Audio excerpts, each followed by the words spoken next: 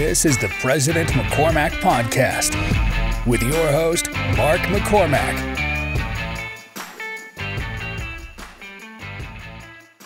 Friends of the podcast, Matt Bure, and I said it right. You did. That's 2 times in a row today. I know. Gold star for you, buddy. Mr. Mark McCormack. McCormack, thank you. McCormack. Not McCormack. He's not included with the spices. No. McCormack. No, Grandpa did not do spices. No. Grandpa sold movies in Canada for a while. We've got some bricklayers. What else did he do for a job? My dad tells a story about being a bricklayer. Oh, sure. So I think he was a bricklayer back in Bo'ness, Scotland. No. Do you know where Bo'ness is? I have no idea. It's like between Glasgow and Edinburgh. Oh, very cool. So I've done Glasgow. I've been up to the Highlands. I've done Oban, Fort William, done all that sort of stuff. where's Fort William? Just across from Oban, actually. Oh, okay. Yeah, a little bit more inland. And then I've gone up to Lossiemouth, which is where the Royal Air Force Base is up there, Elgin. But I actually haven't done Edinburgh. That's on our bucket list to go to Edinburgh. What? Yeah. Yeah, I've never done I it. feel like we should go together. Absolutely. And I can show you your own country. Well, it's not my own country. I'm the one to the south. I thought England owned them. We don't talk about that. we don't talk about that. I know, dude. Like, We don't talk about the colonies. the Commonwealth, right? The Commonwealth. We don't talk about that. I know. So one of the things, so I'm glad I got an English guy in here. For some weird reason, Americans keep calling other American colonizers. And I'm like, you're missing the point, y'all. England was the colonization country. We were, yeah. We colonized a lot, to be honest with you. Like a third of the world? Pretty much. At one point, yeah, we owned pretty much a third of the world. Between us, the Spanish, the French, they had some colonies too. But yeah, a third of the world, including India, a lot of the Caribbean, as we call it.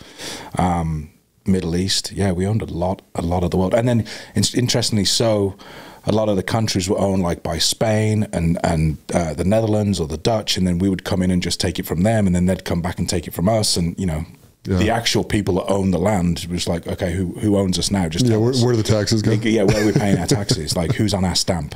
You guys even got Hong Kong for a minute. We did. And then we gave it back. You had like some weird 99-year deal? Yeah. Is my world history from 7th grade teaches me right? Yeah. And then in the 2000s, China took Hong Kong back. Yeah, we pulled out of there. India, like I said, Caribbean, we got a lot of that. Parts of Africa were ours for a while. So I think the best one you guys took was India. Oh, absolutely. For one reason and one reason only. Curry. And we invented that. You know curry is English. It's not Indian. Really? True story. Go on. So when the British Army were in India, the British Army used to use the Indian spices and put them together into a paste and put it onto meat to hide the taste of rotting meat for the army, and that's where the curry came from. I did know that. Yeah, so actually curry isn't an Indian dish. So yellow curry is not an Indian dish. It's a British dish created in India. But my life has been a lie. Yeah. By the way, your father's also not your father. But wait till you see us next to each other. Yeah. By the way, he's not your dad. We never knew your real father. Hagrid. Yeah, Harry. So what you guys did, though, you did make it tasty. We did. You started putting coconut milk in there. You put in tomatoes. Yeah. What else you guys put in there? Cardamom? A lot of flavorings. You got vanilla flavoring in there, coconut flavoring. There's vanilla in there? Yeah, there's some curries that you get with vanilla. You get some with raisins, bananas in it. You just add all different. Golden raisins. I like a golden raisin. My wife hates it when they're in there. Me too. I love you. Andrea hates raisins. I love raisins. We're going to pretend Andrea's not in the room. Yeah. That is blasphemy. Yeah. She hates raisins. She wants to answer. I like golden raisins. Oh. Do you? I do like golden raisins. I just don't like 5 pounds of them. I can't believe it. Yeah. So, yeah. What else? What else is... How did you adjust to the Chinese food over here in America? Because it is not as good as it is over there. No, Chinese food in America is lacking to English Chinese food, which growing up I thought that was Chinese food. And then we went to China and I'm like, my entire life has been a lie, just like you've just found out. Because when you actually go to China and eat real Chinese food, which by the way in China is just called food. Right. I was like, oh, is there any Chinese restaurants around here? And they're like, you mean just restaurants? I'm like, oh yeah, I guess that makes sense. It's phenomenal. The food in China is excellent. There's no sweet and sour orange chicken and kung pao beef and stuff like that. It's just chicken. Yeah. And they do like bamboo, which is amazing. It's very like asparagus. The food in China was phenomenal. Really? I love bamboo shoots. Oh, they're good. So good. The Peking duck in China was out of this world. Did they call it Peking duck? Or is it just duck? And they did. And they called it Peking duck. Right, yeah, they called it Peking duck. Yeah, it's just duck. Yeah. Ducks like that. We know Peking. But no, it's fantastic. And then you get here, Chinese food and curry over here is lacking to the UK. That's true. Whenever we go back home, we always make a beeline for fish and chips and a good curry. Yeah. Yeah. See, the Chinese food over there, to me, had a lot more vinegar in it. Mm-hmm. So if it's sweet and sour, a ton of vinegar, but then you have the little rice wafer cracker thingies. Prawn crackers. Prawn crackers. There we go. Yes. Prawn crackers. Yeah, yeah.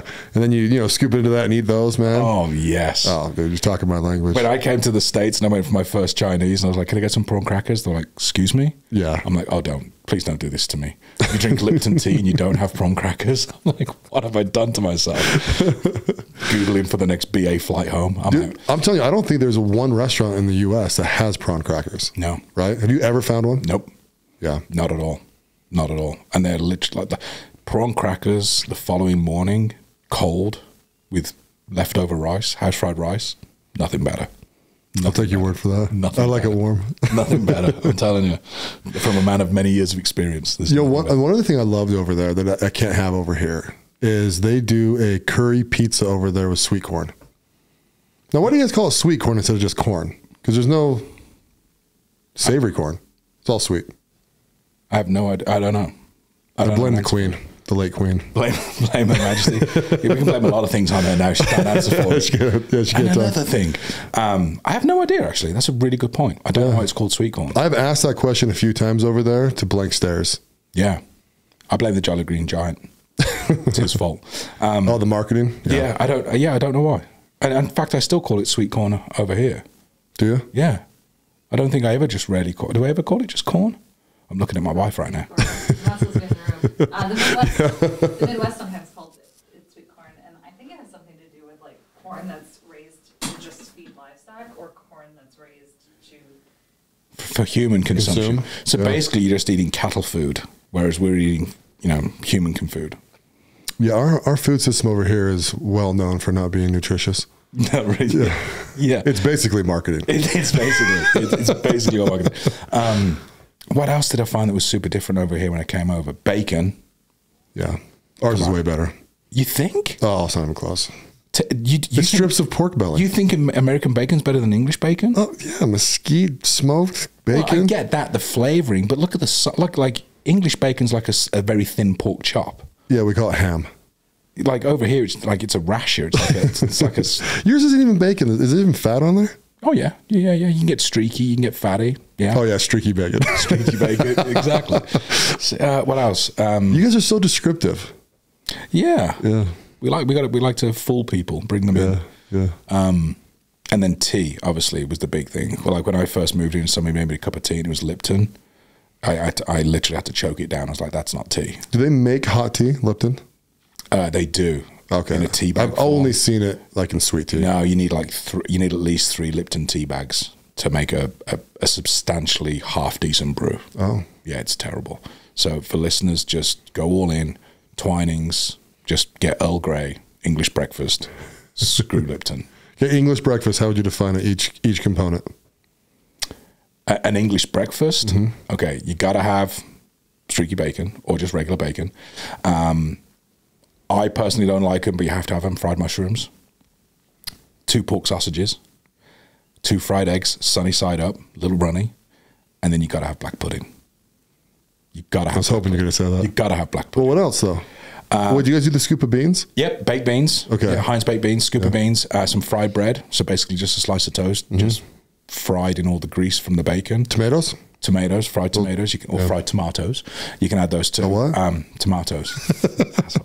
But black pudding. Black pudding is like the definition of a true English breakfast. If it's got black pudding on the plate, you're in. Okay, so for all my American listeners who are like, huh? What's black pudding? I think you guys call it blood sausage. I don't think we call it anything over here. No, you do. You call it blood sausage. Do we have it? So, okay. Yeah. So you can get it from some delis. It's called blood sausage. So basically, black pudding is a sausage that is made of oats and barley and wheat and pig's blood. And blood, yeah. And then it's chilled. It's and some fat in there too, right? Chunks of fat. Yeah. And then you slice it up and You fry it? yep, you can fry it or eat it cold. Oh, wow. Yeah, because it's not runny. It's like a summer sausage almost. Yeah. So you can just slice up and eat it. It's phenomenal. We were banned from eating it on my mission. Really? Because of what it was made Because it's from? made out of blood. Wow. Have you ever had haggis? Unfortunately, I've had it twice. I had it one time. Unfortunately, coming from a Scotsman. Oh, bro, not my jam. So the first time I had it, original, straight up, whatever the hell's in that stuff, right? And I was just like 2 bites in, I was like, I can't eat any more of this. The second, and then I turned it down like 5 times. Really? Right? Oh, I do not like it. Then like the second time I actually ate it, it was a seafood haggis. And they convinced me it was delicious. So I tried one bite of that, and I was just like, I'm out. I'm like, lose my number. I'm out. Yeah, dude. So missionaries have this thing that they think that if anyone presents them food, they have to eat it. Okay. Right. It's not to disrespect the person giving it to you. And there's this whole like, you don't know how much they sacrifice to get this for you. This could be like their fanciest meal. Like, you guys are representatives of Jesus Christ, is what they say. And so you guys better freaking basically nut up and eat whatever the hell they put in front of you. I have a weak stomach. Right. And I have a huge problem with texture, which is why the haggis doesn't work for me. Gotcha. And so I'm like, and I'm likable and big enough that I can get away with not offending people, because I'm like, but I'm not going to throw up all over their table, choking some crazy thing down. Yeah, that makes sense. And so I always backed out when I needed to. So you did a mission in Scotland. Did you choose to go to Scotland because of your heritage, or was it just a case of that was the look of the draw, and it's like, oh, that is kind of cool. I'm from there. Yeah, the LDS Church would change it a little bit different. What they say, so you put your mission papers in, then they go into the church building that we drove past yesterday, right? And then they, I think the guy, I might be wrong with this, but they sit down and they say a prayer and they ask God to kind of like direct them where to send missionaries. And then they just start moving missionary things around on a board.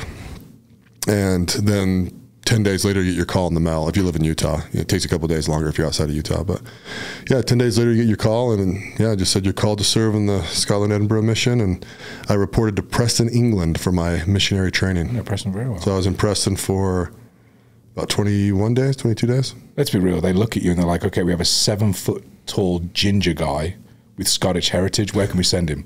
There's only one real place he really fits in. Yeah, back home? Yeah, let's just send him to Scotland. Well, I don't know if fitting in's the right way to put it, right? I think the average height over there is 5'5". Like, should we send him to South America? Like, no, not a good. He's going to stand out like a sore thumb. Send him to Scotland. That'll work. That'll work. You can deal with him over there. Well over there. Yeah. So did you do a lot of research before you went to Scotland about like where you were going, what the culture was like before you went there, or did you just you got on a plane, you went, and then... I had been there before, but I was a small child. Gotcha. No, Scotland was a pretty well-known place in my home growing up. Okay. And so, I mean, I'm sure I did some. You know what I mean? It's been a minute, so I can't really remember everything that I was doing, like kind of checking it out. My grandfather, who was born in Scotland, lived there till he was 40, moved down to England for a minute before they actually immigrated over here, right, to Manchester. He was like losing his mind. I was going home to save the family, and I got list after list after list of anyone that was blood related to us. And I went to, I don't know, half the list, something like that. Just the people who were in the areas that I could actually go to. And I met his 2 brothers who both lived in Bowness. And That's so, cool. yeah, they've all since passed away, because they're all like, they'd all be over 100 now. Yeah. So, yeah, there's his older brothers, actually. That's so cool. So I think when I met my Uncle George, he was, my mom and dad would know, but I think it was like 97. So, curiously, how was Mormonism received in Scotland? Because in the UK or in England, well, no, that's not true. In the whole of the UK, obviously, you've got Catholicism. Yeah. You've got the Catholic Church. You've got the Roman Catholic Church. You've got the Church of England, Church of Scotland. How was your church, Latter-day Saints? How was that received in Scotland? Like, when you were talking about, did they even know about the Church of the Latter-day Saints? Was it like, who are you? Where are you coming from? Like, what are you doing over here? The church was very well known and very poorly received. Really? Yeah. So they all know Donny Osmond. So Donny Osmond is the most famous Mormon, right? And I want to say... Why does that not surprise me? It's who's the poster child for the Mormon church? Oh, Donny Osmond. Yeah. Exactly. No, we would always joke, because one of his sons or a nephew or something, the Osmond family's massive, right? But they all look the same. Yeah. Big toothy grin, good looking guys, you know what I mean? And one of them about 5 or 6, maybe even 10 years before we went on our missions, so like they would have been early 90s, we went in 2000 to 2002.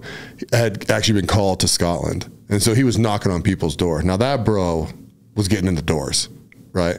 We always joked around it took 1,400 doors to knock before someone actually let you in. Really? I don't know how accurate that data is, but I've knocked a lot of doors. A lot of doors.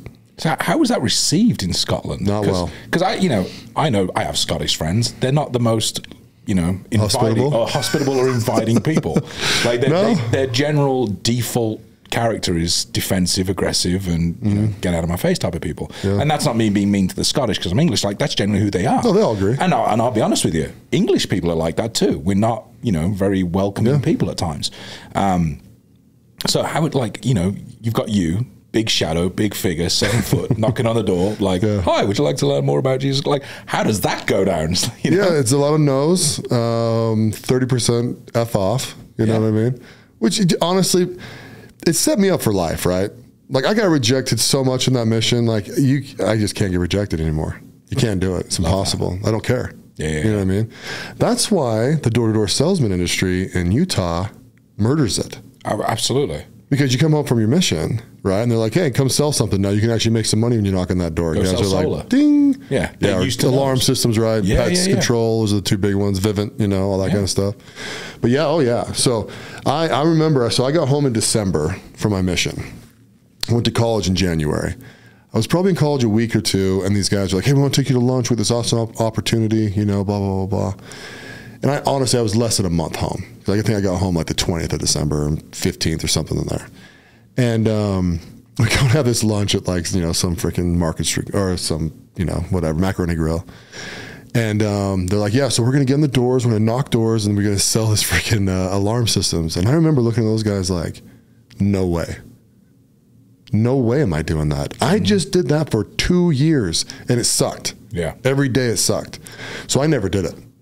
And now some of the guys in that group now are worth, $30 million because they're like high up and stuff like that, right? But it was Apex Alarm. It was Vivint's first company before they switched over to Vivint. And there was, some guys that did well, but I couldn't do it. I just can't do the door knocking thing anymore. Yeah. Kind of left a bad taste in your mouth. It's just it's brutal, You haven't seen any of those guys that do that stuff. It sucks. Yeah, and you're doing it in full suit, shirt and tie. You know what I mean? Like it's not like you're wearing shorts and a t-shirt. Yeah, you're literally suited and booted. Yeah, you're representing the church. Like you've got to go out looking polished all the time. Yeah, which in Scotland isn't too bad because it's normally cold, wet, rainy, so you can probably get away with wearing a suit. But we see people in Tucson because we have the church down there, and you see guys walking around the streets in a full suit, shirt and tie in the summer in June, 105 degrees, and you're like, God, that's miserable. Yeah, that would suck. Why? Yeah, just why? It's an image thing. No, absolutely. I feel sorry for the people across the country who get their mission. It's like, oh, by the way, you're going to Tucson, Arizona. They're like, no. Oh, there's worse places to go. It would be Ogden, Utah. And I say that because one of the guys that works for me, that's where he was called. Oh, really? He lived in Boston, but that's where he got his mission call, so he came here. Now he lives here because he ended up going to college here and stuff like that after. But I was like, dude, getting called to Utah, were you not pissed? He's like, yeah, I was pissed. Yeah. Yeah, that's like when you knock on every door and they're like, we're already part of the church. Yeah, we're already there. Well, so one thing about me, so I broke my back on my mission. So I came home for back surgery about the 9-month mark. I actually broke it in the first 2 months of being out. And when I came home, I had surgery. I was never released as a missionary, so they kept me as a missionary the whole time. And after 5 weeks, they took me down into Delta, Utah, which is like 2 hours south of here. And I was there for another 5 weeks to see if I could handle missionary work. If my back couldn't handle it or I was having complications, they would have just ended my mission honorably, but it would have been over, right? And so when I was down in Delta, it has 2 stakes, right? So that means there's 4 or 5 wards in a stake, right? So basically the entire city is mapped out, member, non-member. So you don't even knock on doors of members because you know which ones are members and you know which ones aren't. Oh, wow. Absolute map, grid system, you know exactly who's who. They've got it dialed in, huh? Oh, yeah. And I'm sure it's like that. This isn't a guessing game. They know. Yeah, oh, yeah. Yeah. Wow, interesting. It's crazy. We baptized 3 people in 5 weeks.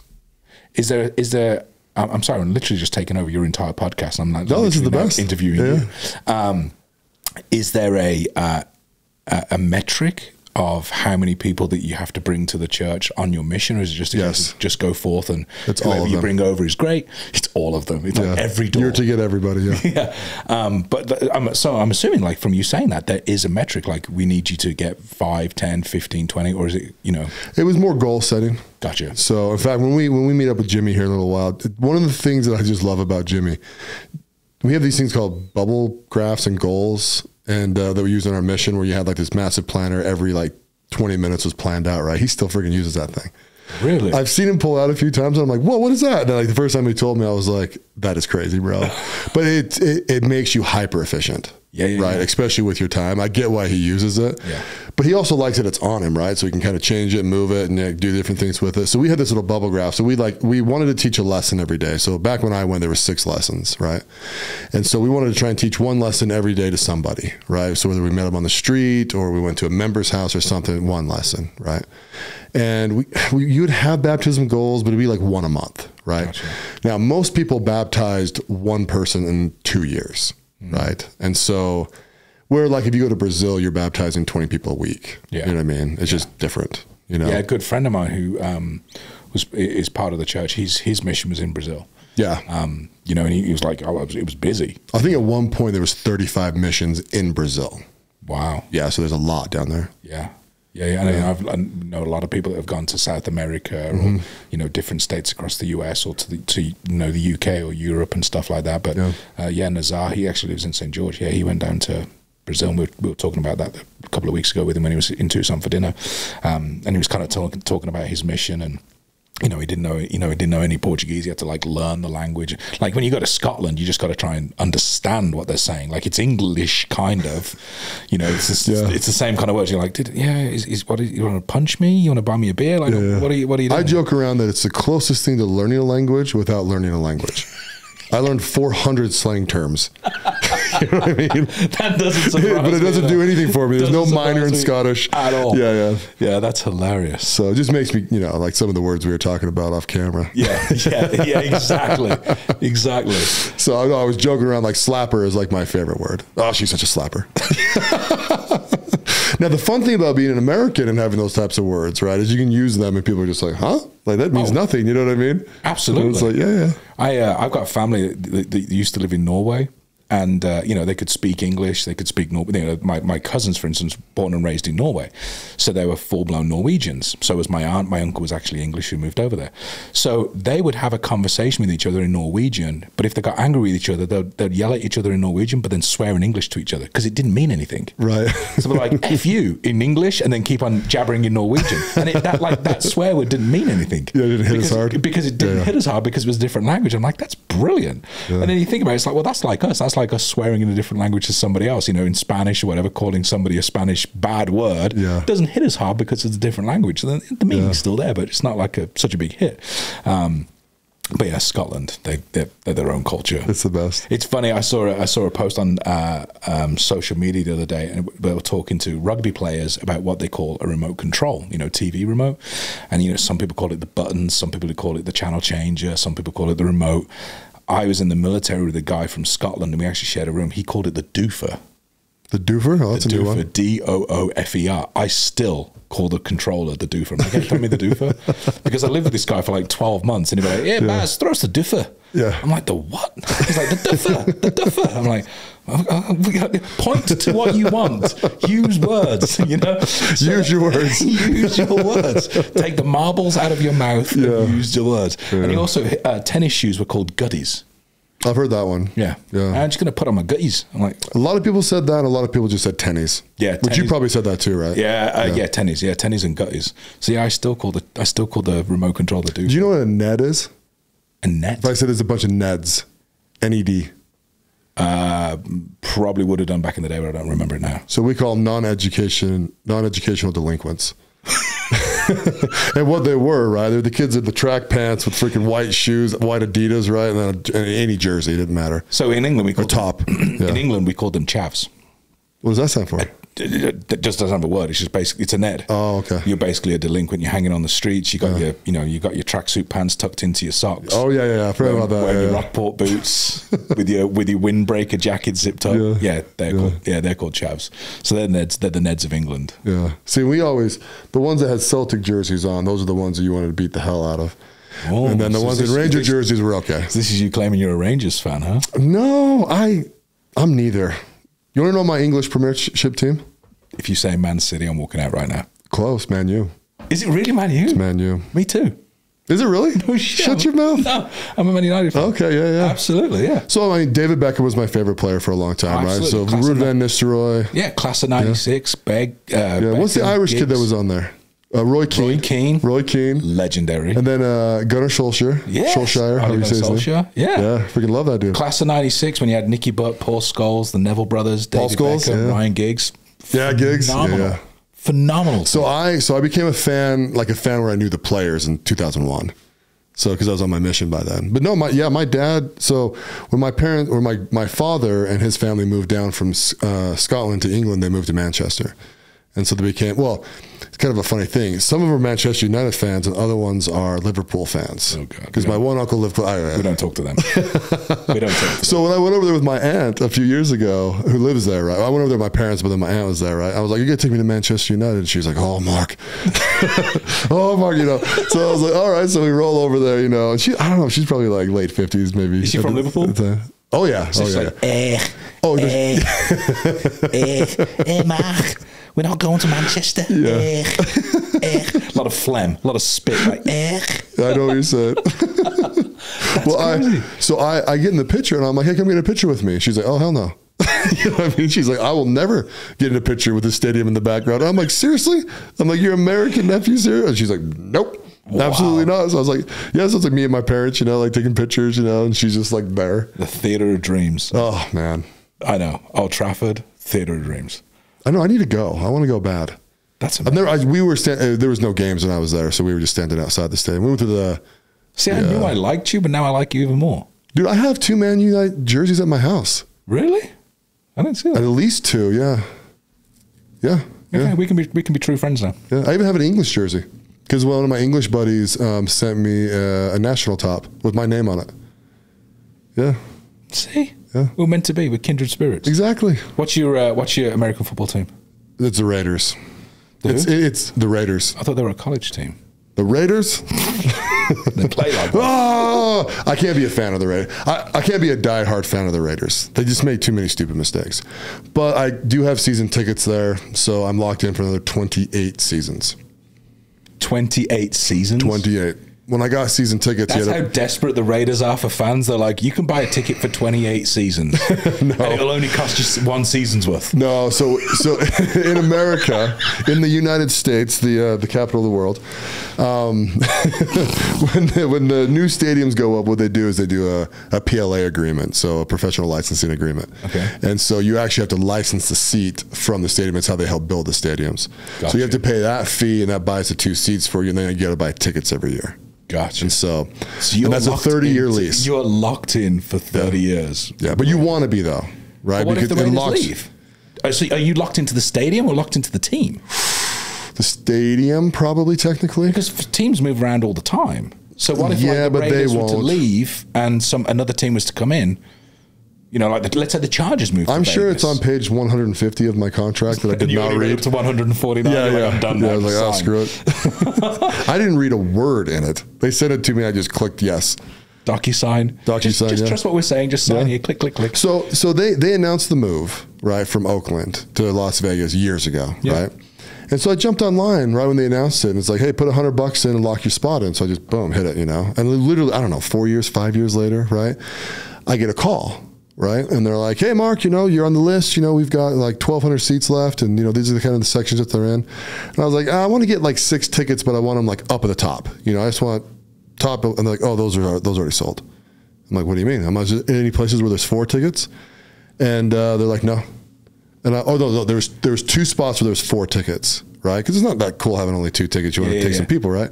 So I'm like, well, let me call you right back. I want to see if my friend, which was Nick, wants to go in on these with me. Right. And he's like, well, you better call me back quick because these tickets are going fast. And he goes, like, we only have less than 1,000 now. In like 2 minutes, 200 seats came off. I'm like, oh, okay. So I hang up, I call Nick, get his voicemail, call the guy back. He goes, yeah, all those tickets are sold now. We have less than 500. I'm like, just find the best 2 tickets and send them to me. He's like, okay, cool. You're locked in. Let me know when you get the email. Email pops in. I pull the DocuSign up, click through the whole thing, you know, and then bam, took my credit card. And then, Can you give us your credit card before we send you the paperwork? Yeah, We'll charge you and then you sign. It's pretty much. Yeah, pretty much. And that's how I got them. And so I'm in the corner. I'm in the 200 section. Like, so they're nice seats. I mean, they're not ideal per se, but last year I sold my Kansas City tickets for $1,400 each, and they only cost me $1,600 per for the season. Wow. So it's more of an investment. You probably want to check the fine print and just see if the Raiders leave, like, am I locked into the next team? You know? I will just deal with it if it happens. Like most things in my life. Just say yes and then we'll figure it out. Yeah, we'll just figure this out. But the cool thing is, so why the Raiders? What's that? Why the Raiders? The closest team. To here, I guess? Okay. Yeah. So the Broncos are 8 hours-ish. If you're flying, you get there 7.5 hours, and Las Vegas 6 hours from here. Okay. So were you a fan of the Raiders before they went to Vegas? No. Okay. So it was literally when they moved to Vegas, you were like, all right. I'm like, hey, this has become my team. Yeah. Took my son to the first game that they had fans in, because their first actual season was the COVID year. Okay. That's right, yeah. Yeah, then the next year was the first when they're letting fans in. So the very first preseason game, me and my son Nixon went. And I just have this thing where I want to take him to a game every year, and it's going to be this father and son thing. Love that. And that's why that's part of the motivation of buying the seats. And then, I give them away to people sometimes, and then I sell them off. Amazing. So it's awesome. Like, the stadium's amazing. I haven't personally been, but I've seen folks that have been and gone behind the scenes, and locker rooms and all that sort of stuff. I'm like, wow, that is a really well put together stadium. Oh yeah, well, you guys need to go this year. And it looks classy. You know what I mean? Like, it's, it's an amazing. Oh, super nice. It's super clean in there. Yeah. Well, and the cool thing is, right? So, like, my friend Derek called me up and said, hey, I want to go to the Notre Dame BYU game. Will you get tickets? I was like, yeah, sure. So I get him tickets, because I get to buy tickets to any event other than the Super Bowl, any event that's in there 2 days before they go to the public sale. It matters being a Raiders fan, Yeah, well, let's be real. Well, the Super Bowl you want. Okay, so the Super Bowl is there 2024, right, or 2025, really? Something like that. Yeah. And so I get this email, and it's like, hey, reserve your spot for the Super Bowl. Your preferred, so you can actually get tickets. And I was like, oh, okay, I'll click through it. $20,000 per ticket. And that's just to reserve them. Wow. My seats are probably $40,000, $50,000 for a Super Bowl. Wow. Which I'm like, no. You hit my limit. That's sell them to someone else. Insane. Because technically, right, you would want to, like, buy those tickets, hold on to them, right, and then potentially sell them off to somebody. Yeah. Because the Super Bowl, I think it's the biggest sporting event in America, I think. Maybe not. Without a shadow of a doubt. Is it? Yeah, without a shadow of a doubt. In Las Vegas, right, they're going to do it up. Oh, yeah. So that'll be a fun weekend. I can't even imagine what rooms are going to cost that weekend. So I'm a huge Formula One fan. Have been since I was a kid. My dad was a Formula One fan, so like on Sundays we just sit in the living room, watch Formula One. So Formula One comes to Vegas next year. So they've had the Circuit of Americas in Austin for the last 5 or 7 years. Miami was the first race in Miami was this year. So next year they're adding Vegas, and it's a 10 p.m. start. So they're going to race around Vegas at night with the lights. I'm like, that's pretty cool. Already sold out. Is it? Yeah, it's already sold out. Well, let's make it happen. Yeah. Who's putting it on? Is it an MGM thing? I'm not sure. I'm not sure who they've connected with, but they've got the street circuit of it. Like, they're going to race down the strip. So it's going to be absolutely insane. You got to find out if it's an MGM or a Caesars thing. I would assume it's either one of those two. And if it is, I'm sure it's going to be one of those two that are in with it. We'll figure that out. In with the FIA, but think about it, you could rent a room almost and watch it. Oh, absolutely. Yeah. If you were to get a high enough suite and just sit down in your room and watch the cars flying down the strip. Yeah. Like, that's pretty cool though. Like, they do night races across the world. Like, Singapore is a night race, Abu Dhabi is a night race, but like a night race in Vegas, that's with everything done up. Everything done up, the glitz and the glamour. That's going to be pretty cool. So that's on our bucket list. We've done Austin. We've done the Austin, Texas race. That was pretty cool. But Vegas. Have you done Monaco? I've been to Monaco 48 hours after the race had finished. So the track was still laid out. I was only a kid. I went with my parents. We were kind of in that area on holiday, and we ended up just driving into Monaco so we could see it. But the track was still laid out. All the curbing was still down. All the barriers were up and stuff. So that was pretty cool. But going there for the race, Now that's a big ticket item. So a few years of my life, I decided that I was going to retire in Monaco. Tax-free haven. Well, there's a lot of good things over there. A lot of good things over there, Yeah. Small little principality. Good clientele. Good clientele, tax-free haven. Oh, yeah. That's what. So, in fact, that's what a lot of where the Formula One drivers live. Oh, I bet, they have a house in Monaco. Yeah. Because it's a tax-free haven. It's like and like the healthcare is really, really good over there compared to America. You know, like, there's a lot of good things over there. Yeah. So a lot of very, very, very wealthy people. Oh, absolutely. When you look at some of the super yachts in the harbour for the Formula One weekend, you're like, there's a shitload of money. Yeah, this is crazy. Yeah, shitload. Yeah. What else was I going to ask? I was going to ask you something important about the church, but I forgot my question. We kind of went down talking about the Raiders, which threw me completely. So before the Raiders answer your full question, I'm a Tom Brady fan. So I was a Patriots fan for a very long time, and then I didn't grow up in a home that watched the NFL. We watched a little bit of college football, but we didn't watch the NFL very often. We watched the Super Bowl, and if it was on a Sunday, maybe we'd watch it. So I didn't really grow up with a team, you know. And then actually on my mission, I watched Tom Brady's first Super Bowl. Oh. And I was just like, I like this dude. You know what I mean? And then I just kind of, a couple of years later, he went to the Super Bowl again, right? And then again. And then again and again and again and again and again. Like, all right, Tom, give somebody else a chance. Jeez. But there was one of them where I actually made a shirt that said, I love Tom Brady, and just stuck his face on it, right? And then once that happened, I locked in with Tom Brady to the end, which has still not ended. We are still the Tom Brady era. Yeah, he's still going. Yeah, like last year I went to a Tampa Bay game with one of my good friends. He just got his ass kicked last week by Aaron Rodgers. Yeah, we'll see. Tom will adjust that bad boy. They got some injuries. Just throwing it out there. Yeah. Hey, talking about football, how was our first week of the We Are the They League? How did that go, Mark? Do you want to talk about that? Ooh. Yeah, so I played you in our fantasy football league. Well, let's set the You're British. I don't know if set the story straight. Let's just start from the start, okay? So the We Are the They, the group that Mark and I are in, they are doing a fantasy football league, and I threw in. I was like, yeah, I'll do this. This is the first fantasy football league I've ever done in my life, right? Beginner's luck. In my life, I've never done it. And on the evening of the draft, there was a lot of smack talk going around in the text group. And once the draft had ended, I turned around and said, this was really fun being my first fantasy football. And you wrote back, your comment verbatim was, we could tell you drafted Jared Goff. And the whole text thread was like, ha, ha, ha, ha, ha, ha. And then you mentioned something like, I can't wait to kick Matt's ass week 1. Yep, I did write that. How did week 1 go, Mark? I lost. To a British guy that's never done this before, who also drafted Jared Goff. I'm tempted to pull your whole damn team up right now. I'm not sure what happened the first week. I'm sure 6 of my guys got injured. I can't remember. No, how much did you beat me by? It was close, right? It's like 3 points. 3 points? That was it.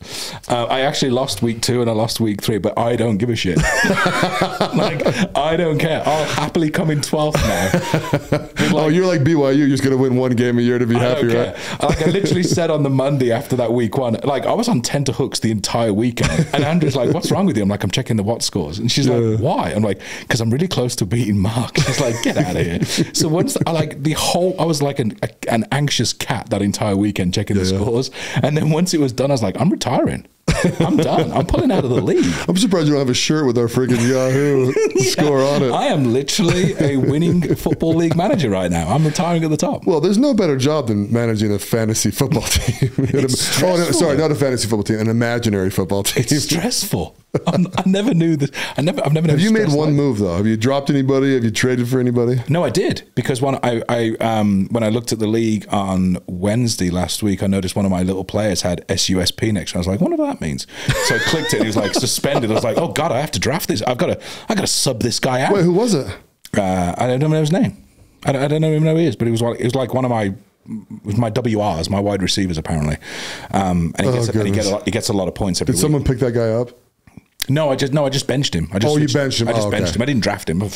No way. He put a lot of points on you. He's my golden child. So I just benched him. I think it's Mike Evans. Is it Mike Evans? It is Mike Evans. Okay, it's Mike. Yeah, that's him. But Tom Brady actually took me out then. Jared Goff is actually like my superstar. Don't say it. Oh. He puts points on the board every week. Well, he's a quarterback. He's going to get X amount of points. I know, but you laughed. And he gets me points. I wasn't the only one who laughed. There was a lot of, you were laughing on the side of your face. But you wish you could. Hold on. Did you freaking, okay, here we go. Breaking my rules, getting on my phone in here. I cannot remember who's on your flipping team. This will be funny. I had the will love Bills this. as my defensive team, and they had a storming week one. So let's get to week one here. Oh, yeah. Yeah, and Austin Eckler. Freaking, oh, geez. Rashard Penny. My team sucks. Do I?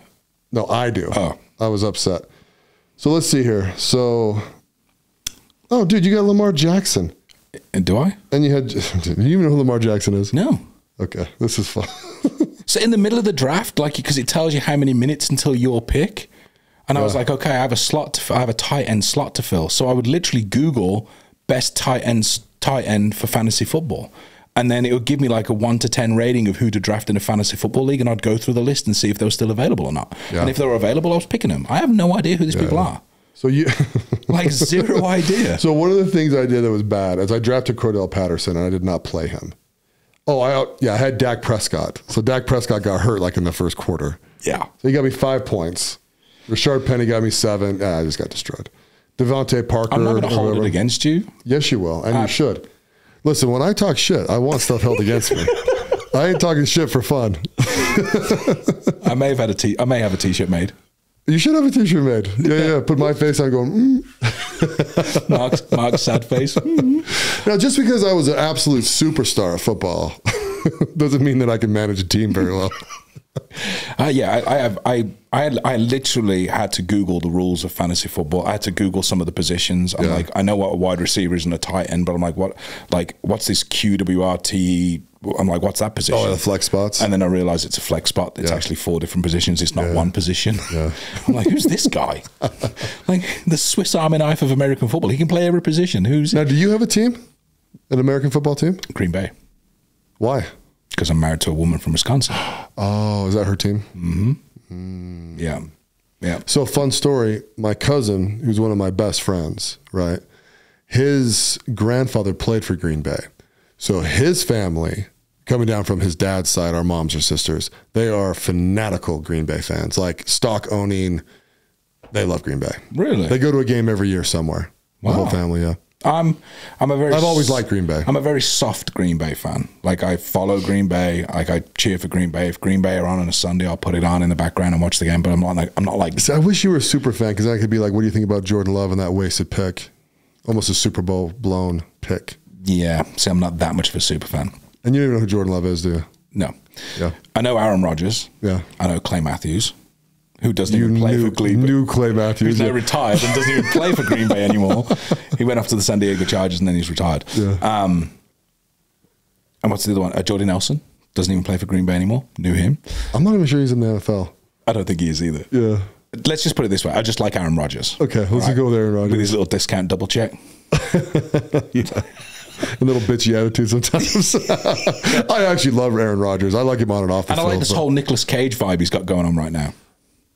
People get old. You know, he went away, he did ayahuasca, he came back looking like Nicolas Cage, long hair, tank tops.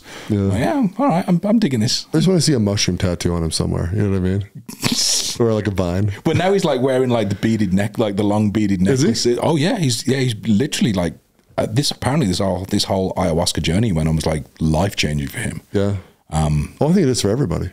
Yeah, You interested in that? absolutely. Yeah. I'm absolutely down. Like, there's so many things I'm open to now that I've never been open to before. Yeah. Like the whole We Are the They thing. Like, I never thought I'd find myself sat in a room with 50 dudes that I've never met in person. Yeah. You know, crying my eyes out and telling some of my deepest, darkest fears to. Yeah. You know, never in my life would I ever thought I'd done that. And we did that 3 months ago, and it's been life changing, like truly life changing. Like friendships have come out of it, like you and Nick, you know, Jimmy, amazing friendships, and there's 47 other guys in the group that are amazing friends. Yeah. Worked through a lot of personal mental problems that I've had with my own, my own insecurities, my own drunk monkey that talk to myself every day. Changed all that. Never thought that would have happened, and I did it on a whim. I don't know what your reasons were for getting into We Are the They, but I got into it because my best friend got into it. And he, and I said this actually in Moab, in front of the group. Like Rob Mack invited me to join it when he joined the first group, and I was like, "Oh, that's a lot of money for something that's not really established." I was like, "How about you do it? And if it's good, I'll do it next time. You spend your money first, and if it's a flop, I haven't lost any money, and if it's great, I'll get in." And then when they opened, and I saw Rob's 6 months journey through We Are the Day and some of the life-changing things he had in Moab with the cliff jump and everything else. And then when the group opened up, I was like, yeah, I really want to do this. And, you know, thanks to Andrea, like I said, babe, I'm joining this group. This is how much it is. And, you know, do you have any objections to that? And she was like, well, it's a lot of money. Don't half-ass it. I was like, okay. And it's been phenomenal. Well, and you're in a much better group. I mean, group 2 is superior. I don't know if superior is the right word. Cool as shit. Called from God. Might be closer to what our group actually is. Well, look at who we have. We have like you. We have Nick, you know, an amazing plastic surgeon. We have Ryan. Ryan? He's going to kill me one day. He thinks that joke's funny, but like... he's not going to find it funny when 700 people do that to him. We should get everybody in We Are the Day when they see me in a couple of weeks' time. Just go, Ryan? Yeah. He's going to hate us. He'll literally choke I'll tell you, out. bro. There's just something that is so likable about him. Yeah. Yeah, I mean, me and him, like we jive, we like seriously jive, just like automatically, and has nothing to do with football. Mm-hmm. You know, people think, oh, you know, Mark played football kind of, and Ryan really played football, like went to the NFL and stuff, and like I look up to him for that, and I'm like, dude, what a badass thing that you got to do in your life. Yeah, you know what I mean, not a lot of people can say they play professional sports well. Mm-hmm. You know, and I just look at him like, oh, so cool, like you got to experience that, like that is like freaking good for you, bro. You know what I mean? This is what I'll say about Ryan, like, you know, NFL career, obviously, like you said, mind-blowing. So many kids, adults, you know, have aspirations to get into the NFL, never actually get there. You know, they try for their entire childhood to get there, and then they don't get there, and, you know, they end up selling used cars or something like that. But he actually got there and made it. You know, now he's out of the NFL. He's been through his own struggles, and now he's like a successful entrepreneur, owns multiple businesses. A couple of weeks ago, I think I posted something on social, or I'd said something in the group that, you know, I really wanted to light up and lose weight again and really dial it in, and, you know, I was really going to commit to this and whatnot. He called me up straight out of the blue. He's like, hey, bro, let me help you. He's like, there's so many fads and diets and this and that and da-da-da-da-da-da. He's like, I have spent thousands of dollars. I spent hundreds of thousands of hours figuring this out. He's like, let me help you. And he literally took an hour out of his day off cuff and broke it down for me. He's like, this is when you want to eat for breakfast, and this is the reasons why. This is what you want to stay away from. He's like, if you want cake, go and eat cake. Do it in a moderation. Like, he just went through. I didn't ask him to do that. I didn't reach out to him like, hey, dude, you know, you're carved out of granite. Can you help me become granite too? Like he just gave it all. And I was like, wow, Ryan, thank you so much. He's like, yeah, man, whatever you need, I'm here. And like daily, he'd text me. He was like, hey, man, this is what I'm eating for breakfast. What you got? I'm like, like, what a great guy. What you know a good what I mean? dude, yeah. Well, such a good dude. He's got such a great vibrancy about him that he's just like, he just wants to give and love on everybody. And that's, you know, and like you said, a professional sports player, professional athlete, you know, a lot of them walk around with a chip on the shoulder. Yeah, Ryan doesn't. He's just, Ryan? Yeah, such a phenomenal guy. But that's also the attitude for everybody in We Are the Day. I really believe that. You know? I couldn't agree more. Yeah, it's such a... like just I don't know, I want to say unlikely brotherhood. I mean, it's a merry band of misfits. Yeah, I mean, some of my friends are in it, you know, they call it a cult, like, you know, to be funny and stuff. I'm like, sure. Yeah, it's the second cult I've been in. Yeah, exactly. Won't be the last. Yeah, you know what I mean? It's just like, I don't care what you call it. You can define it however you want. It's good. Oh, yeah. Yeah. Absolutely. It's been phenomenal. Yeah. And I'm really excited for, you know, where Jimmy's taking this. You know, he's doing another round. He's now started the women's group, you know, the Queen's group, which I think is amazing, which both of our wives are part of, which is phenomenal. So yeah, I'm just really excited to see where it goes. We're meeting up in 2 weeks' time in St. George, or a couple of weeks' time, which is going to be awesome. By the time this airs, it'll be past. We'll have already so done we that. met up a couple of weeks ago. Yeah, we met up a couple of weeks ago. Oh my gosh, it was amazing. Remember that time? Do you remember that one thing? Yeah. Oh my God. Can we talk about that on air? Oh, maybe not. We'll keep a secret to this one. Yeah. Oh yeah, but dude, like there's so many little adventure trips and different things, and you know, I kind of joined it. I was telling your wife like last night for a minute. Like I'm not into the whole like self-improvement thing, which sounds funny, right? Because I feel like I've done that. I don't feel like I need to be pushed. I don't feel like I need to like write down things about myself. But when I joined the group, I was like, I'm going 100%, you know, because I like to try and do 100% everything that I do. So I was like, yeah, if I join this group, I'm going to do it. So the first 3 months, I actually ended up really enjoying that part of it more than like the fitness and nutrition part right now is a little lull for me. You know what I mean? But because I know what I need to do, I know I need to do some sit-ups and probably stop eating as much. You know what I mean? So Yeah. But like the self-improvement stuff, I was like, it was kind of good to get into that, but it also kind of galvanized us all together. Yeah. You know? So what was your reason for joining the group? Nick and Max asked me to join it. Okay. Yeah. Okay. Yeah. I mean, it's not like I thought it was bad or anything like that, but like they both kind of independently were like, hey man, it'd be so much fun if we do this together. And like, you know, it's just more opportunities for us to hang out and like, it's good. And you know, you like Jimmy and I do like Jimmy. And I think Jimmy is very genuine in this group. You know, we've kind of talked a few things. There's a lot of groups out there and a lot of them are garbage. Yeah. You know, and it's not that I don't know, they don't mean to be garbage, but they're just not well thought through, and they're just hype and a lot of get off your ass kind of stuff, you know? And like, I don't need to be told to get off my ass.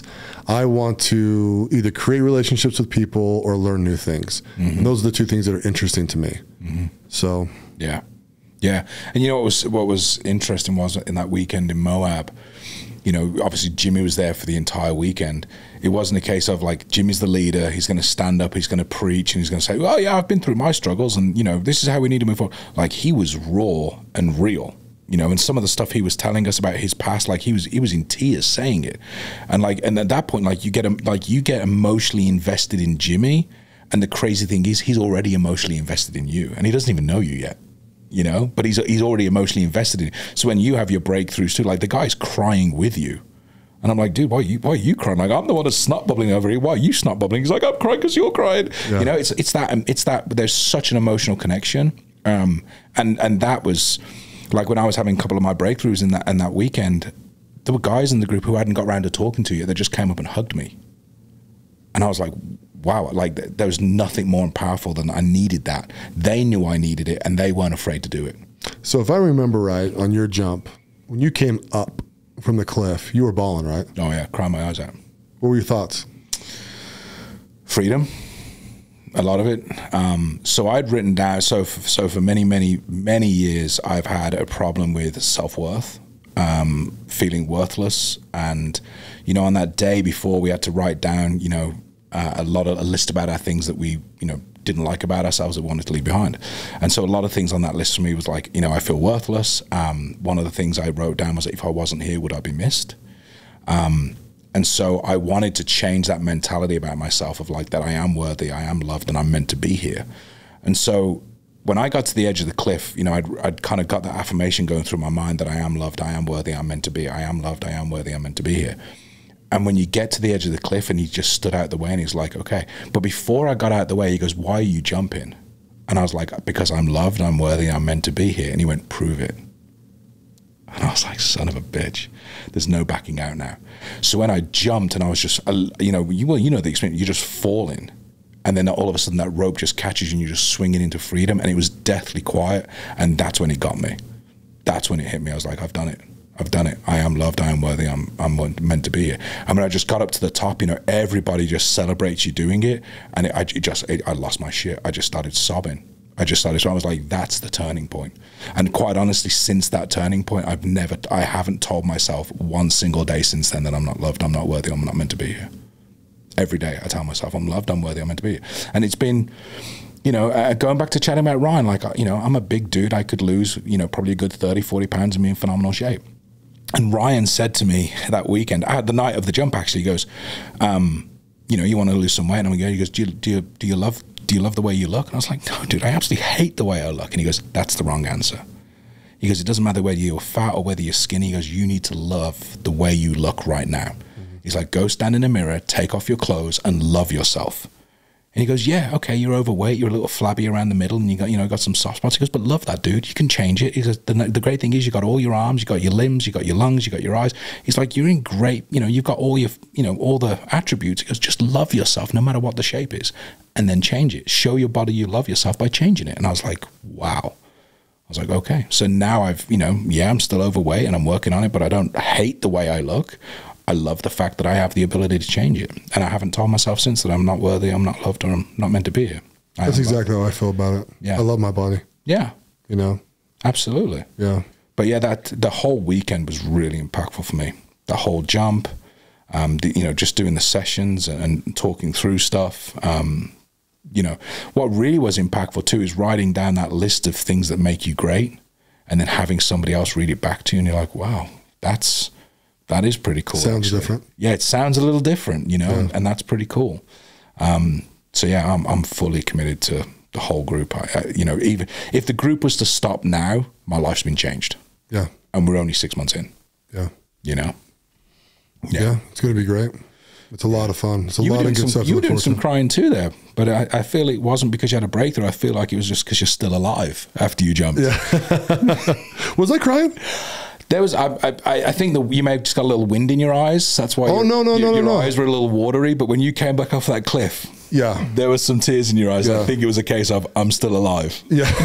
versus anything else. Well, my thing. So when I started swinging at the bottom, right, I was coming up and it was cresting. Exactly what you said. It's like silent. Yeah. It's weird. It's serene and peaceful. And I started feeling the need to cry. And I'm not afraid to cry. So I was like, okay, let's go. Freaking let this go out.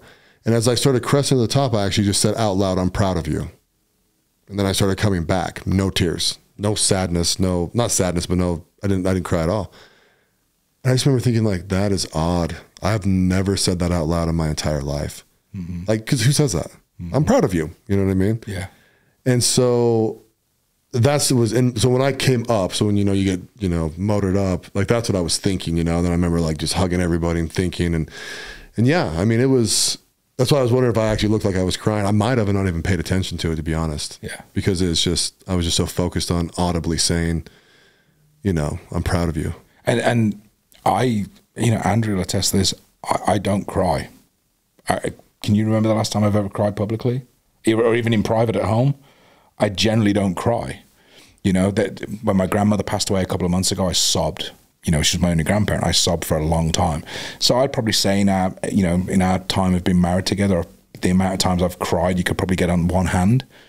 Crying publicly in front of strangers, absolutely hell no. Like I'll squash that shit. It just doesn't happen. So for me to break out and cry in front of 50 dudes that I met 24 hours ago was huge. Yeah. And then to continually cry. I sobbed through the entire weekend. There were really parts of me, like when we sat down and I started writing that letter to myself, I sobbed again, and I was just like, wow, it feels great to do this.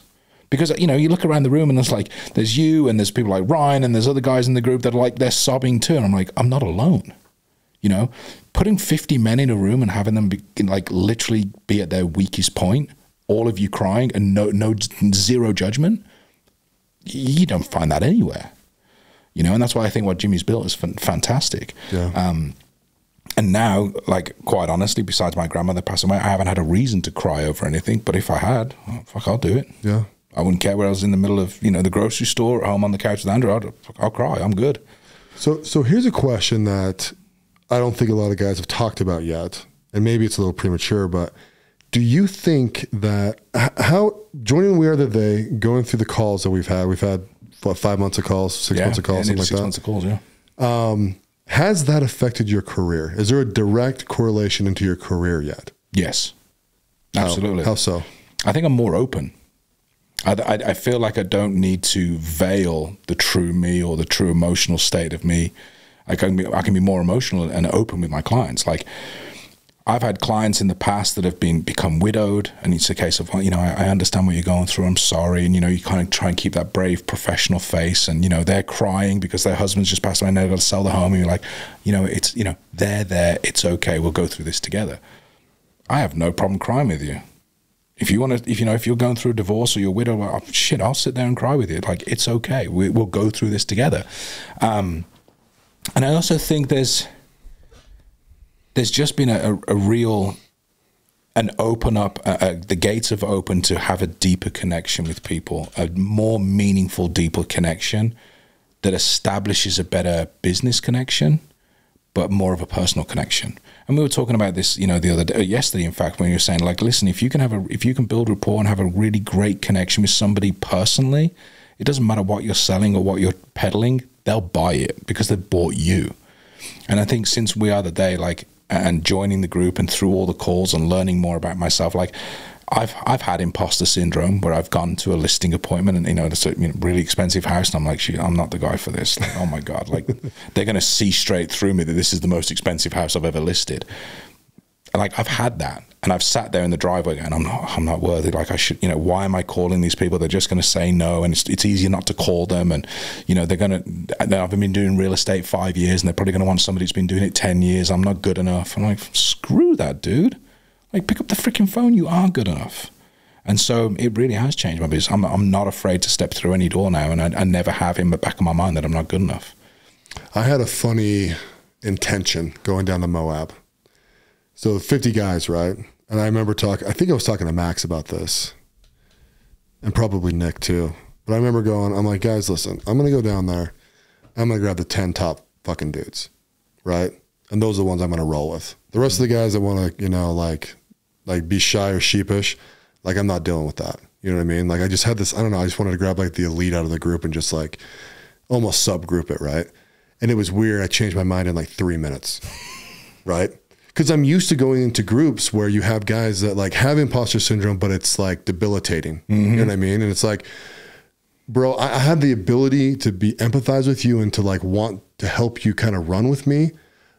But if you can't run, I can't spend time with you. Yeah. You know what I mean? Yeah. And after, I mean, I say 3 minutes, but like legitimately by the end of the first night, I was just like, all right, we're all together. Yeah. You know, let's do this. I don't even care what freaking industry you're in. Like, let's go. Let's have some fun. I feel like every guy in here wants to run. I drove from Tucson to Moab, so I had like 8.5 hours in the truck thinking like, oh my God, what's it going to be like? There's 50 guys, and a lot of these guys know each other already because they're all in, Salt Lake City or they're in Utah, and they're probably hung out together beforehand. So, here you are from, Arizona, you're going to be on the outside trying to get onto the inside. And so for the whole way there, I'm thinking to myself, well, do you keep your guard up a little bit until you get to know people, and then do you let your guard down? Like, how's this going to work out? I got to the house and it's funny because Jimmy said this on day one. He talked about that time when he went to a party and he locked himself in the bathroom because he didn't want to go out there and network because he was kind of like a little shy. And I kind of got to the house and I was like, oh my God, there's people already on the patio. There's like loads of trucks outside. Oh my God, there's loads of people here. Where do I go hide? And I walked in and Big Alan just came up and hugged me. He like bear hugged the shit out of me as soon as I got through the door. He was like, hey brother, so glad to see you. Thanks for coming. I'm like, okay. Yeah. Like, and right from then, like the love, that first introduction of that love. And I'm like, wow, this is what it's going to be like.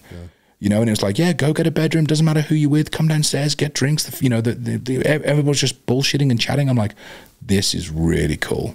Right from that first instance, there wasn't a case of keep your guard up. It was like, let your guard down. Like, I honestly think that hug from Alan set the tone for the entire weekend. I bet it did. Absolutely set the tone. I was like, this whole weekend is about love. Yeah. That's a good dude. Yep. That's a really good dude. An amazing guy. I actually, when people ask me about the cliff, I tell his story more than I tell mine. Oh, him stood there doing the haka on the top, like psyching himself up. Did you remember when I was yelling at him? Yeah. When I go back and watch the videos of his jump, like I get emotional over that.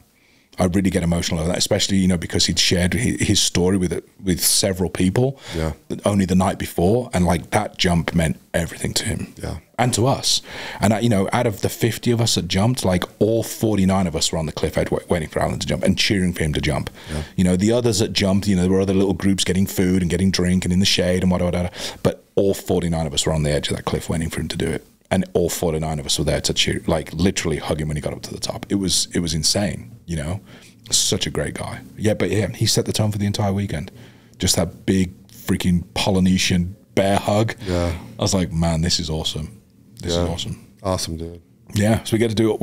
We did it a couple of weeks ago. Yeah, we just did it a couple of weeks ago. Wing, nudge that. Yeah. I know we're going to get in a cold plunge down there, I think. But dude, cold plunge is so easy. I don't think there's going to be anything that's going to be hard to do from here on out. No. I really don't. It's just like, whatever. Like a cold plunge, great. You're not throwing yourself off a 500-foot cliff. Yeah. Ooh, that was a rush. Yeah. And the worst thing was I said to the guys, like, can you just give me some information? Like, I'm not super analytical, but like safety. I want to make sure we're going to be safe. Otherwise, we wouldn't be doing this. And I was like, what's the safe working limit of the swing? And he went, oh, it's okay. A family of 4 have jumped off. I'm like, that's not a number, dude. Like if it's a 4-person family of Ethiopians, they still don't weigh the same amount as me. Like, give me a physical number. And he's like, no, we swung a 4-door car off of it. And I'm like, okay. And he goes, yeah, there's 7 points of failure. I'm like, that's awesome. But there's only 1 point connected to me. What if this 1 point fails? I'm dying. And he's No, like, there was 4 on you. oh, that's true. Actually, there was actually 4. And he's like, dude, you're okay. You're not going to die. I'm like, okay, I got a good life insurance policy. I'm fine. And then you jumped first. I was like, that's been weight tested. We're good. Well, so funny, dude. So people saw that jump, the one little clip you videoed for me, unfortunately. But unfortunately, I don't have a longer clip, I should say. Thank you for videotaping the one clip I have. But people are like, well, yeah, how much weight will that thing hold? And I'm like, I don't know. How was it rigged? I don't know. You didn't ask those questions. It's like blowing people away that know me. Like, you didn't actually ask. Did you actually go see how they connected to the rocks? And I was like, stop asking me. I don't know. I walked up and jumped. Yeah. You know what I mean? I think I was telling Andrew, I kept my back to the cliff until I jumped. I didn't want to look over it. I know my mental space. I'm so, I'm not the most aware person, I'm some trendsetter individual, but like I know what's going to freak me out, what's not going to freak me out. And I'm just like, I'm going to put all these walls up so that I just march on over there and just basically fall off. Jump. Because you'd mentioned the night before that you weren't doing it. You were adamant. You were like, I am not doing this jump. I don't care what Jimmy says. I don't care how much money he wants to pay me. I'm not doing the jump. And then when we got there, your group had already down at the rock, and we were up at the Jeep or up at the cars. And when we got there, you were already harnessed up. And I was like, oh shit, he's doing it. And like you said, you were in the little safety brief meeting. You had your back to the thing, and he was like, okay, who's going first? And you were like, get out of the way, fuckers. And you were like shoving people out of the way. You stormed up, clipped in, stood there, eyes closed, and just jumped. Yeah. And I was like, wow, he freaking did it. I'm like, wow. And we were all like nutso because you'd done it and you were so adamant you weren't. But it was insane. And yeah, I think I was the only person. I was like, somebody should. First of all, I wanted to film it in case something happened to you. I was like, there's $200 on America's Home Videos. This will pay for my trip. But also, it was a case of nobody else was doing it. There was only like 10 of us there at that point. The whole group hadn't got together. Yeah. So I wanted to film it because it was a case of, it's going to be pretty cool. And it was. You absolutely rocked it, dude. It was fun, man. It was fun to set a tone and get it over with so I could sit there and relax and eat my ham sandwich while everyone else had anxiety. I'll tell you, the best anxiety reliever is getting up from the cliff and walking back over to a seat, right? It's like, we done. Yeah, exactly. The worst part of it was when they bring the rope down for you to connect back up to. And when I was up on the top of the cliff, I had done that carabiner up so tight that I couldn't undo it. And I was like, I was fumbling, and my hands were clammy, and I couldn't undo the carabiner to get the safety line back on again. And they kept yelling down at me, they're like, clip on. I was like, I'm fucking trying. Yeah. I couldn't do it. And it felt like an eternity. And then I was starting to panic. I was like, what if I can't get this up? Then I panicked. I wasn't scared that I was sat there and swinging. I was scared that there was no way to get back up again. Yeah. And then all of a sudden I just took a breath and I dried my hands off and that thing just spun open. I was like, you idiot, you've been freaking out for nothing. Yeah. And then and then it's pulling you up and like it's just choking you on the nuts as you go. Yeah, he was like I'm uncomfortable. It's so good. So the ring thing actually startled me bad. I don't get startled. Like if I go to haunted houses, you might get me a little bit, what I mean? But like I don't get startled real easy. And I was so flippin' peaceful that I was just sitting there and I was like, man, this is crazy. I don't even think that thing hit the rope. It just like went ding, like right above me. And I was like, almost like, am I going down? Like, did this thing pop? You know what I mean? And then I'm like, oh, it's that stupid ring. Tunk. You know what I mean? And like at the beginning of the top of the cliff, he's like, okay, don't touch the green rope. The green rope you will drop. I'm like, don't tell me that, bro. Yeah. That's like, if you don't touch the red button. Well, no, I want to touch the red button. Yeah, it's like, oh. Don't tell me what not to touch. Just tell me what to touch. You know what I mean? But the whole guys were great. The whole setup, the guys that do the cliff jump and the swing. Yeah. Phenomenal people. They really get you into the right space, super fun. Super fun. In fact, the redhead kid that's up there that we talked to before we jumped. Whiskey. No, that's the other guy. Okay. That's the blondie. Yep, that's right. The other guy. Yeah. I can't remember his name on there, but like, dude, I just like him. But he's a real estate agent as well. Oh, is he really? Yeah, I found him like later on that day on Instagram. We're everywhere, dude. Oh, bro, it's so funny. I mean, he's such I call him granolas, and I hope they think that's a compliment, right? Kind of like that. You like that crap, Patagonia and all the camping gear. And he's got like the bath.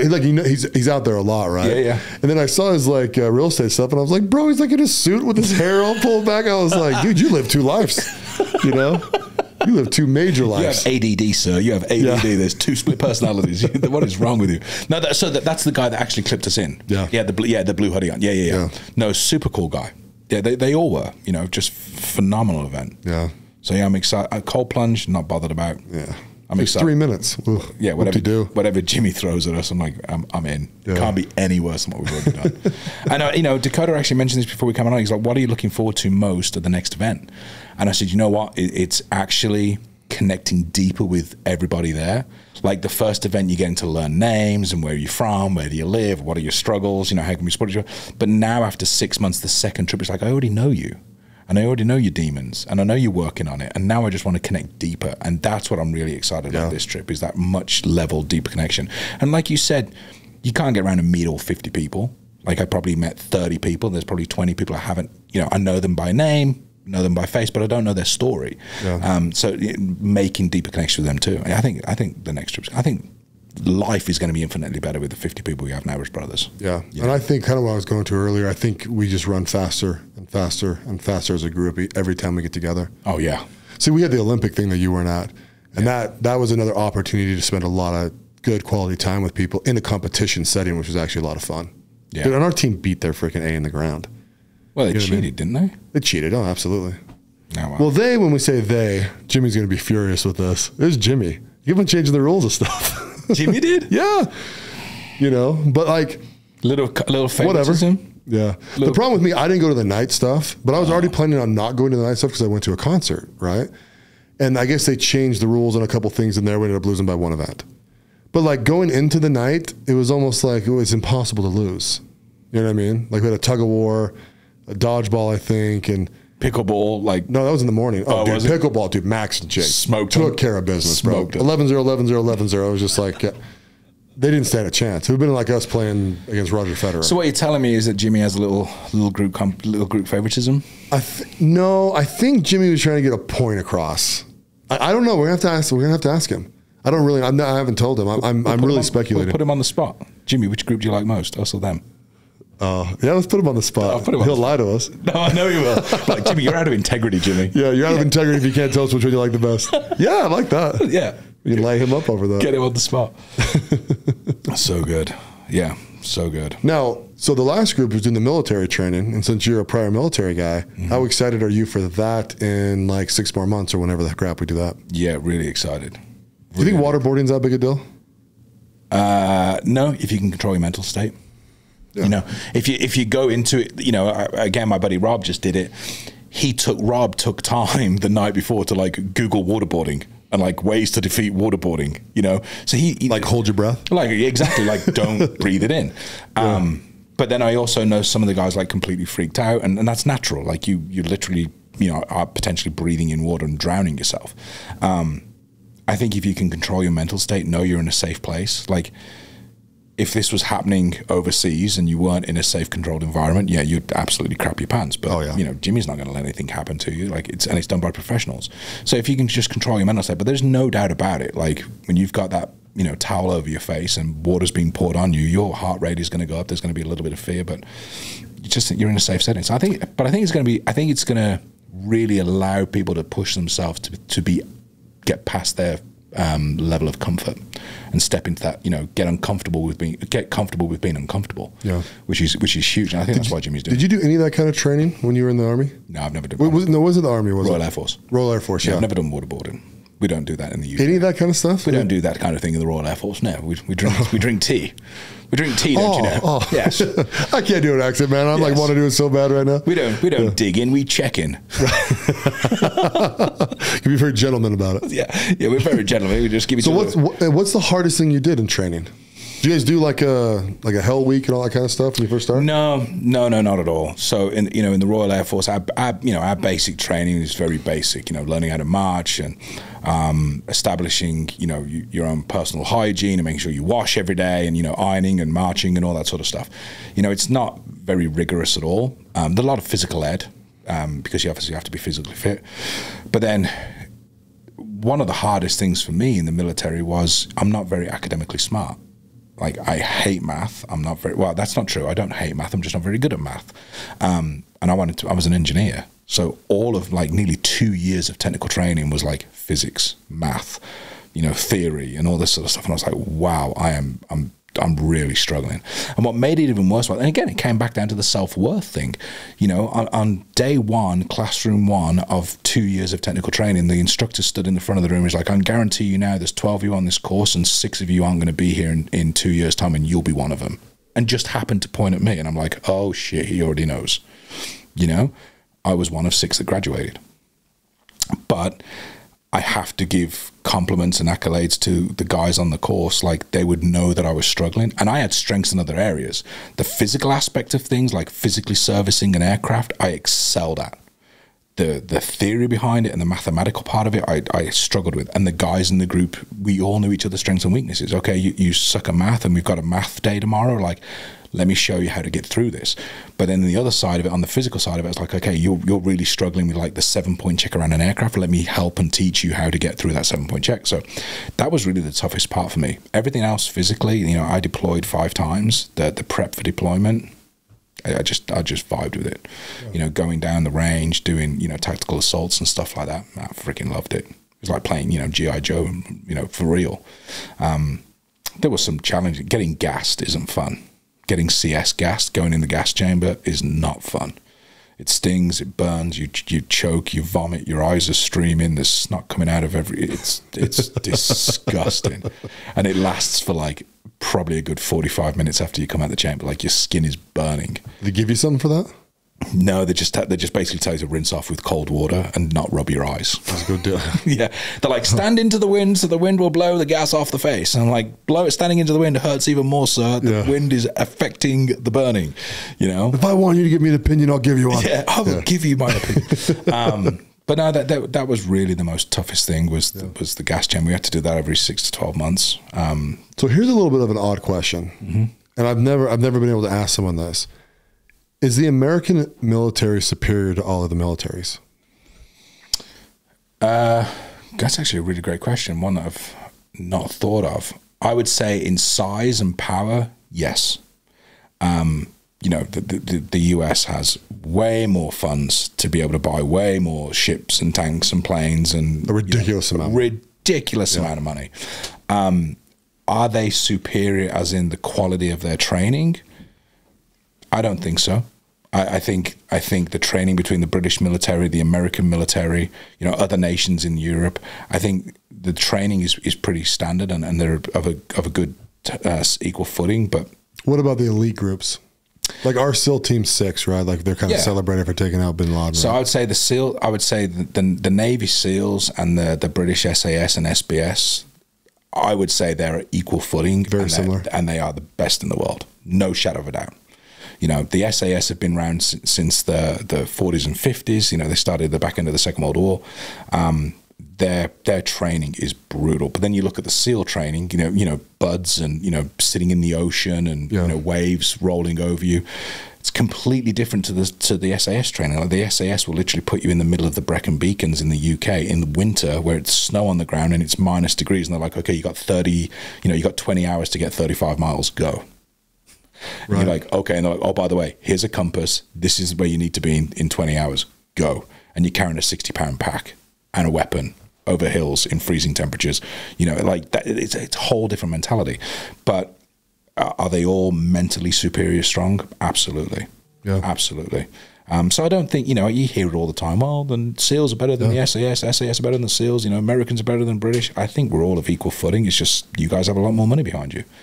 We should get their best two, our best two, and ping pong that thing.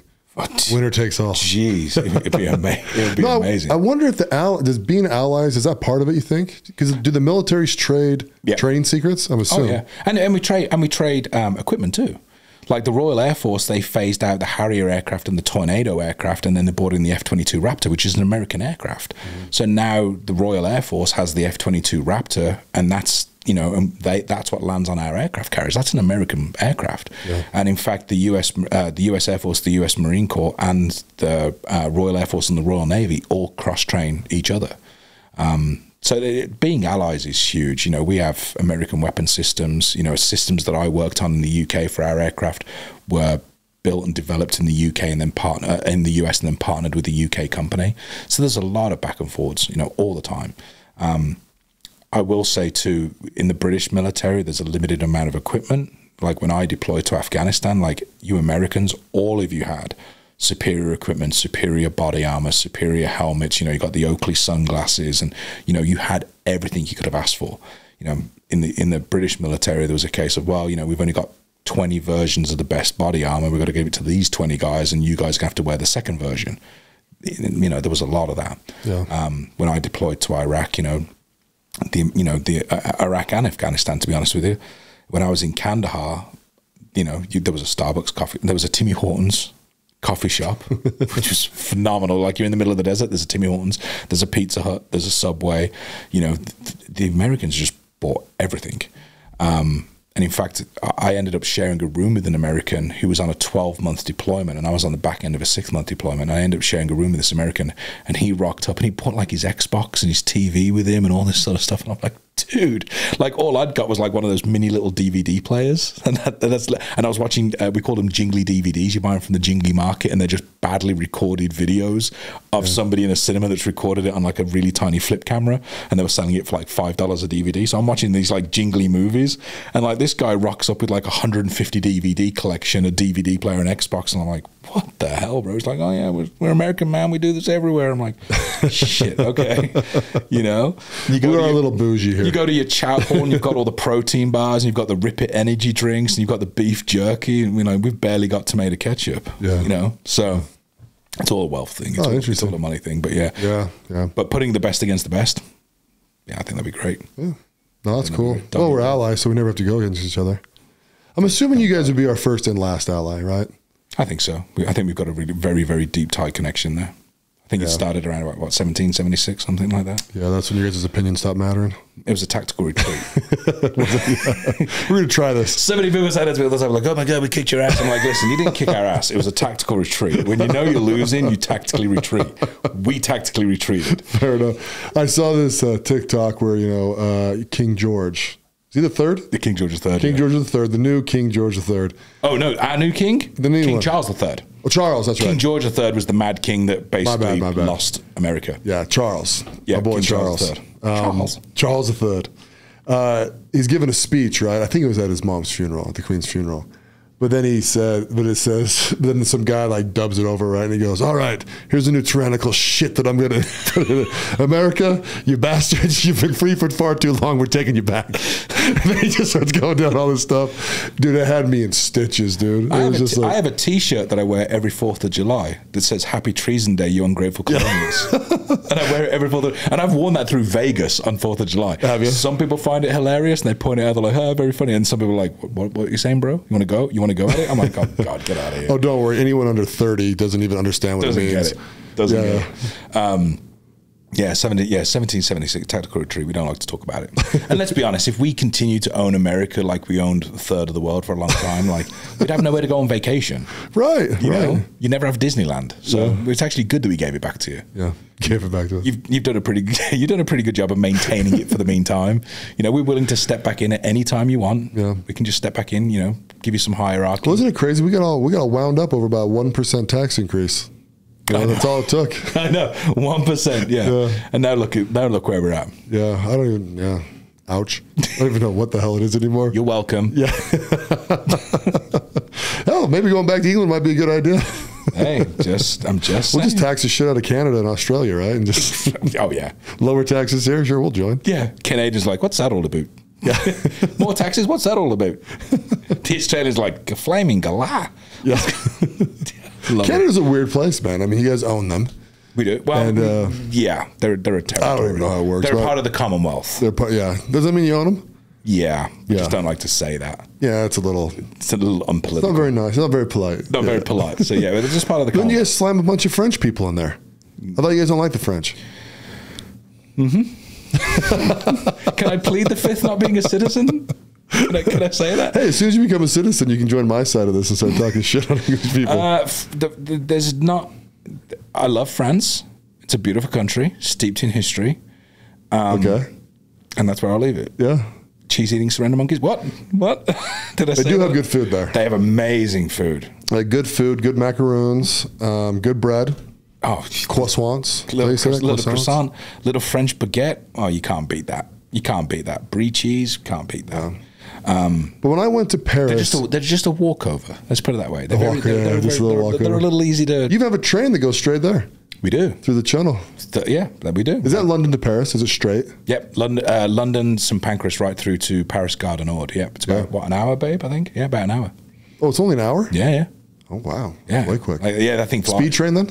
Yeah, It's got to be. Yeah, once it's under the ocean, it's like gone. Yeah.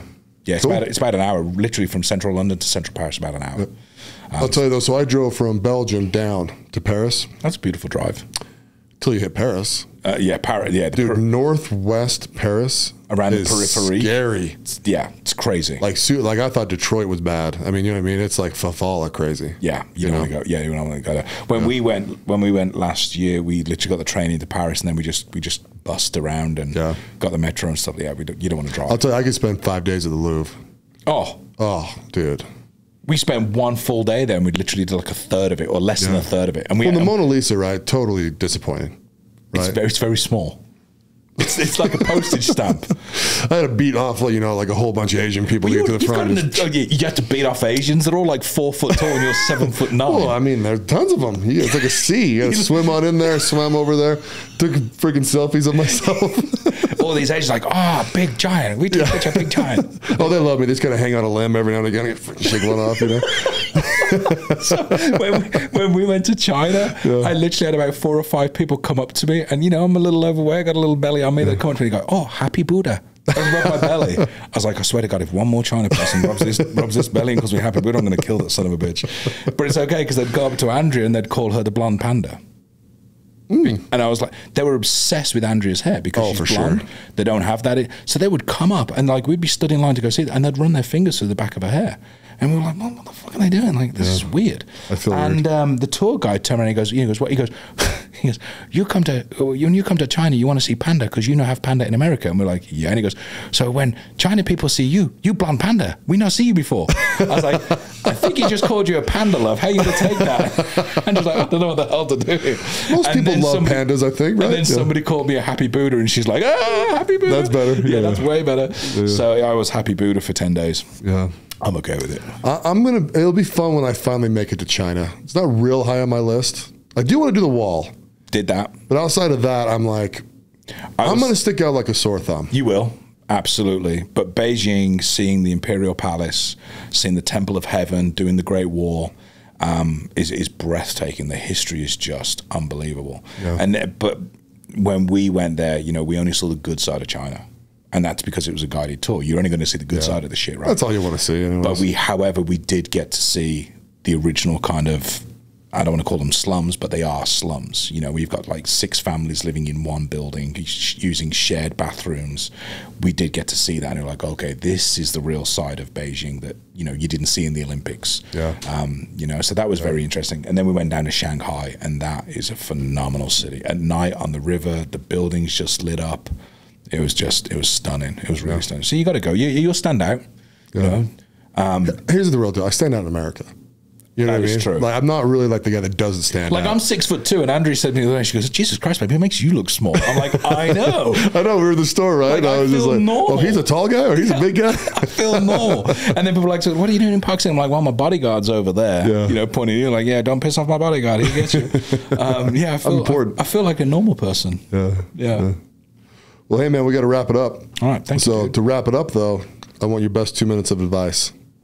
Ooh, so you know what? He actually mentioned this before we came in. I was like, I'm going to have something really good, and I don't. Yeah, you do. Just let it simmer for a second and just throw it out there. Best 2 minutes of advice. I would say believe in yourself, love yourself, know your true value and believe in it, and don't let anybody else dim your light.